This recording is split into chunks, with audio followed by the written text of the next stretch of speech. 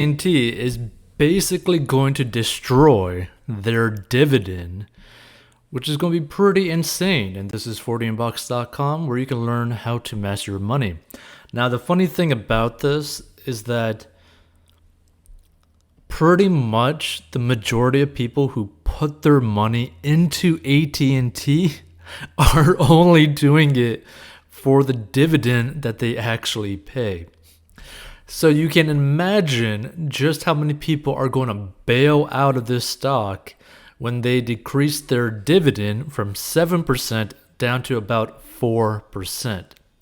And this is the really crazy thing about this because, look, you got to really understand that, that's really the only big appeal to this stock.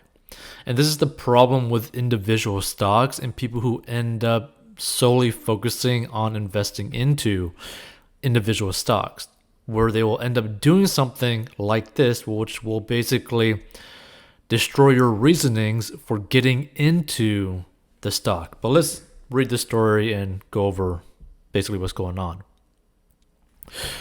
So AT&T shares are headed for their worst single-day performance in almost a year as investors continue to digest the company's decision to reshape its business yet again with a spin-off of Warner Media to Discovery Incorporated.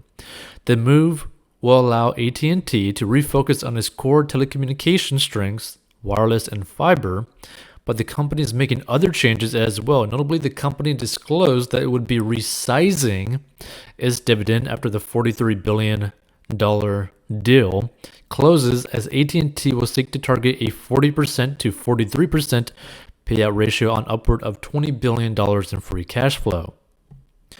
So shares are off 5.8% in Tuesday afternoon trading and on pace for their biggest single-day percentage decline since June 11th, 2020, when the shares dropped 6.1%. Though the AT&T shares were up as much as 5.1% intraday Monday after the Warner Media deal was announced, they ultimately closed Monday's session down 2.7%. So Chief Financial Officer Pascal Desroches said on an investor conference call Monday morning that AT&T is focused on where can we deliver the most attractive returns to our shareholders, as the company thinks investing additionally in our business is paramount. He expects that the company is still going to have a really healthy dividend with a yield that would put it in the 95th percentile of dividend payers. The dividend announcement was a clear negative, Raymond James analyst Frank Luthen wrote in a Monday afternoon note to clients. So the company's target implies a roughly 45% reduction in AT&T's dividend relative to current levels by his math.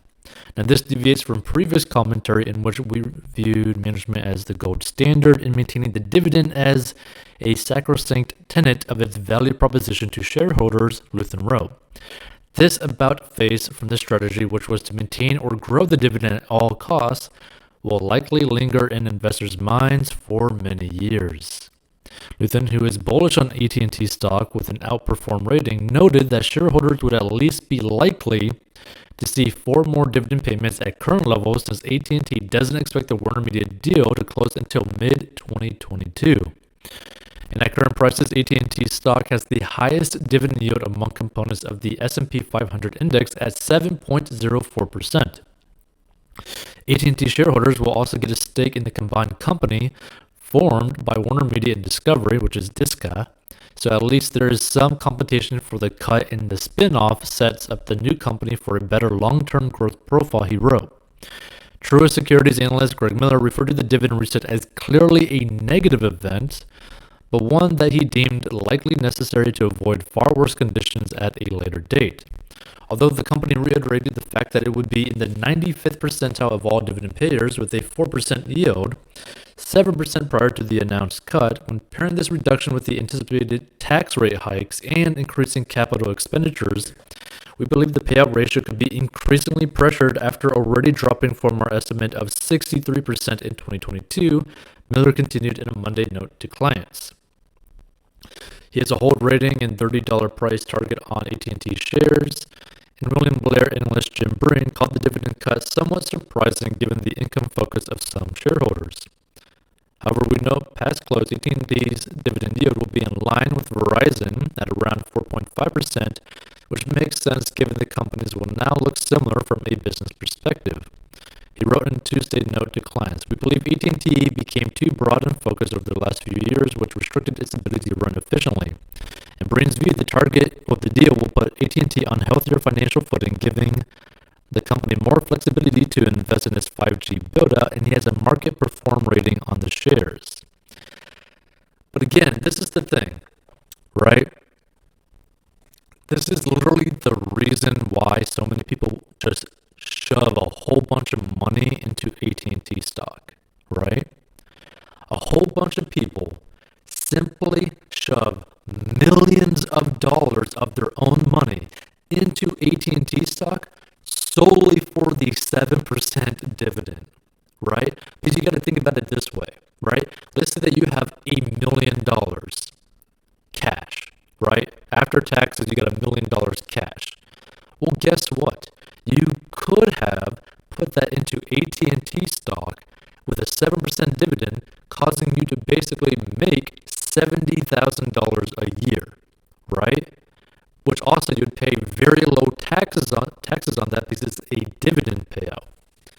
So there's a lot of retirees that probably had this as one of their main staples for their retirement portfolio, where they have a whole bunch of money into this stock because it produces such a good income for them, right? Because they don't necessarily care about the price as long as it continuously pays that dividend.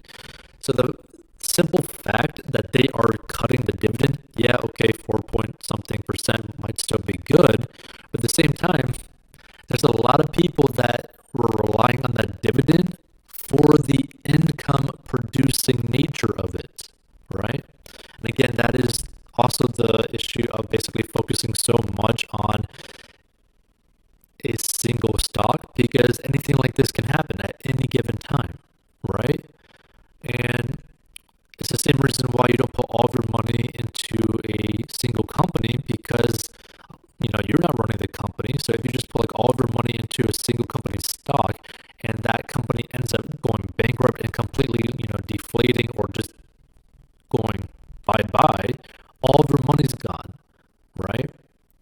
So usually the best thing to do for the majority of people is to invest more so on like a very conservative way, doing like index funds, doing things like that, because it has a track record, a very, very reliable track record of it continuously growing, right?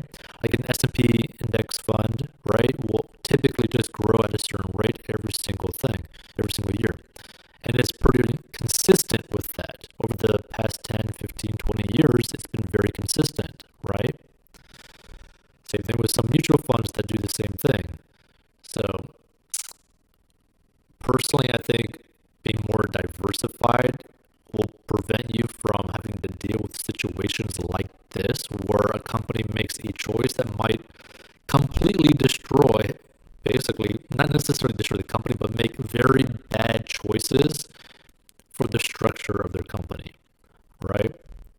Because look, when you make so many people basically invest into your company, invest into your stock simply because of the dividend, and then you get rid of the dividend, that's going to cause a lot of issues. Now, like the story mentioned, it's not necessarily going to happen until potentially 2022 if the deal truly goes through. But if it does, and they cut that dividend, there's going to be so many people leaving the stock. There's going to be so many people leaving AT&T. And it's going to be very interesting to see what actually happens, because, look, I don't know how many people invested into AT&T just for the dividend, but I'm guessing a lot of people, and I'm guessing a lot of companies or hedge funds probably did the same thing as well. Because think about it, let's say that you got like $1 billion into AT&T stock, right? Because it pays that 7% dividend. Like, that's a lot of cash flow coming in, right? Like, if you structure your investments to have like a super high cash flow, like, this is just going to destroy your plans. This is going to destroy a lot of people's plans. This might make it more enticing for someone to go more so into real estate instead of stocks, right? So it'd be pretty interesting to see what happens. Feel free to give your thoughts. Feel free to share this with people you know who are invested into AT&T stock, because the way I see it, this is very troubling, and this can cause a lot of potential harm to individual stock investors, right? Which again, typically investing into individual stocks or being so heavy in just one stock opens you up to risky situations like this, where something like this can drastically affect your portfolio, where it can drastically affect your plans for your future or for your retirement or for your basically life if you're depending on this